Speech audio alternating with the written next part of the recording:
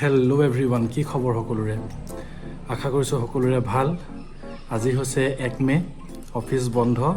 আজি সেই গতিকে এটা মোৰ নিজৰ ৰেচিপি শ্বেয়াৰ কৰিবলৈ মন গ'ল, চিকেনৰ ৰেচিপি। বোলচোন ৰেচিপিটো ট্ৰাই কৰোঁগৈ। ৰেচিপিটো বনোৱাৰ আগত মই কথা এটা কৈ লওঁ। মই মোৰ ৰেচিপিটোৰ নাম ৰাখিছোঁ গ্ৰীণ চিকেন ৰেচিপি। সাধাৰণতে ৰেষ্টুৰেণ্টবিলাকত আপোনালোকে যেতিয়া মেনু চাব চিকেনৰ আইটেম, তেতিয়া তাত হাৰিয়ালি চিকেন থাকিব। আৰু সেই হাৰিয়ালি চিকেনত তেওঁলোকে কি কৰে, পালেং শাক, ধনিয়া আৰু তেনেকুৱা জাতীয় গ্ৰীণি বস্তুৰ এটা পেষ্ট তৈয়াৰ কৰে। আৰু সেই পেষ্টটো তেওঁলোকে চিকেনত দি পিনে সেই চিকেন ৰেচিপিটো প্ৰিপেয়াৰ কৰে। আৰু মোৰ হাতত এতিয়া যিহেতু পালেং শাক নাই, মই এতিয়া ধনিয়া আৰু কেপচিকামেৰে কাম চলাব লাগিব। মই মোৰ নিজৰ ৰেচিপিত মই কেতিয়াও বজাৰৰ পৰা অনা গুড়ি মছলা, যেনেকৈ জিৰা গুড়ি হওক, ধনিয়া গুড়ি হওক, মিট মছলা আৰু বিভিন্ন ধৰণৰ মছলা মই ইউজ নকৰোঁ। আৰু সেইবিলাক পৰাপক্ষত মই নিজৰ ৰেচিপিত মই এৰাই চলিবলৈ বিচাৰোঁ। আৰু এতিয়া কিছুমান আমাৰ কেতিয়াবা কি হয়, উপায়ো নাই, আমি খাবলগীয়াও হয়। কাৰণ আমাৰ বহুত ছ'চিয়েল কমিটমেণ্ট থাকে, কোনোবাই খাবলৈ নিমন্ত্ৰণ কৰে, বিয়াহে সবাহে।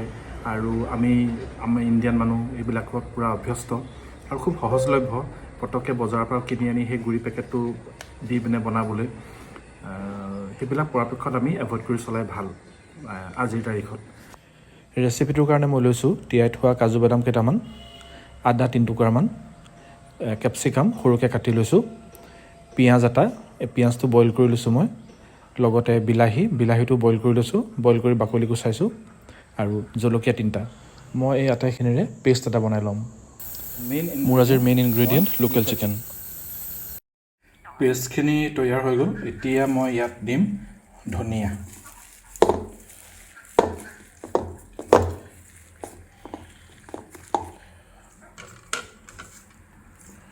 আৰু এটা বস্তু যাব, সেইটো হৈছে কৈ আছোঁ দৈ।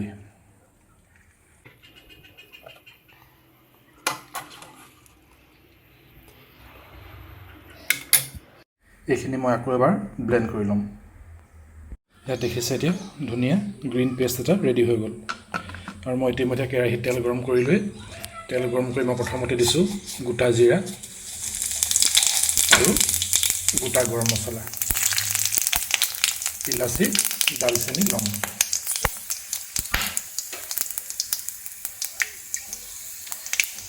ইয়াতে মই এতিয়া চিকেনখিনি দি দিছোঁ।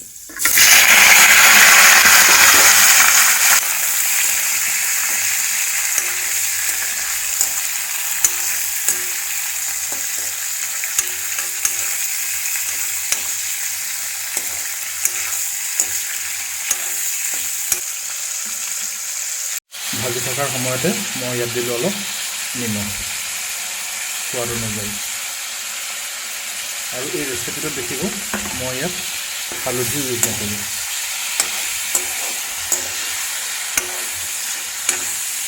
অলপ সময় চিকেনখিনি তেলতে মই ভাজি থাকিম।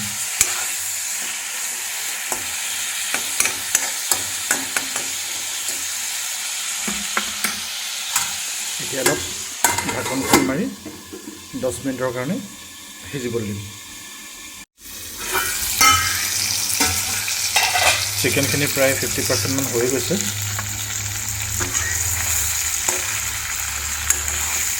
চিকেনৰ পৰা যেতিয়া পানী ওলায়, সেই পানীখিনি শুকুৱাব লাগে। শুকুৱাই পিনে আপোনাৰ এই তেলখিনি বিৰিঙি থাকিব। এতিয়াই আমি ইয়াত মোৰ গ্ৰীণ পেষ্টটো দি দিম। অলপেই দিছোঁ।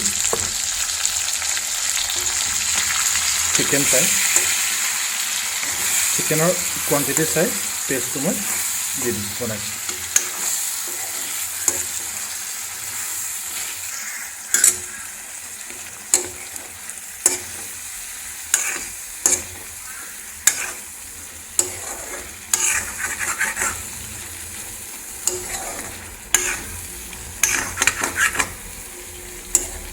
এতিয়া এই পেষ্টখিনিৰে সৈতে চিকেনখিনি মই সিজিবলৈ দিম। এটা ধুনীয়া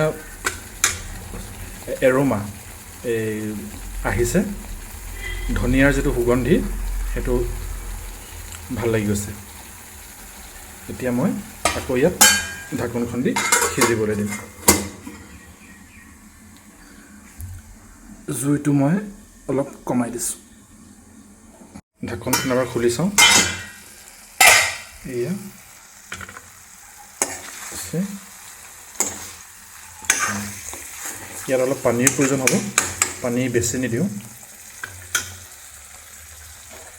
মই ইয়াত দিছোঁ অকণমান গৰম পানী।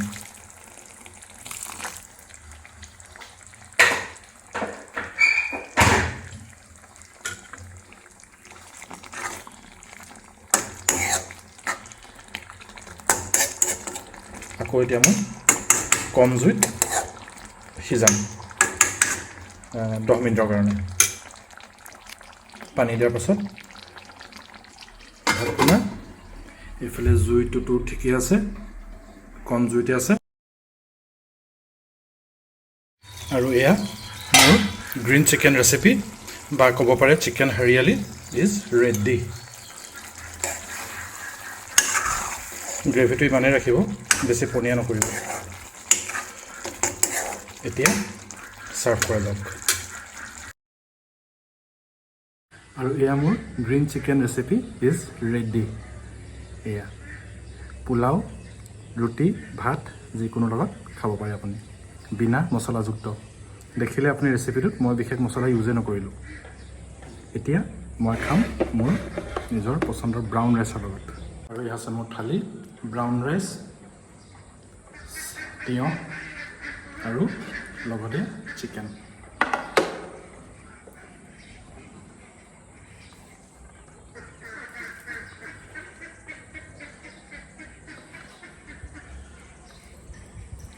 চিকেনৰ গ্ৰেভি অকণমান লৈ ল'লোঁ।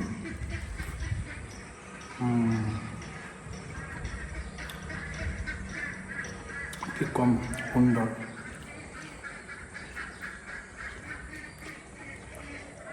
ধুনীয়া আছে। তেতিয়াহ'লে ভিডিঅ'টো আজি ইয়াতে সমাপ্ত কৰিছোঁ। ৰেচিপিটো চাই কেনেকুৱা পালে জনাব। খুব উজু ৰেচিপি, বিশেষ একো মানে মা মছলা একো নাছিলে। আপোনালোকে এবাৰ ট্ৰাই কৰি চাব, বনাব আৰু মোক কেনে পালে জনাব। তেতিয়াহ'লে আহিছোঁ, তেতিয়াহ'লে bye bye. Take very good care of yourself. Okay.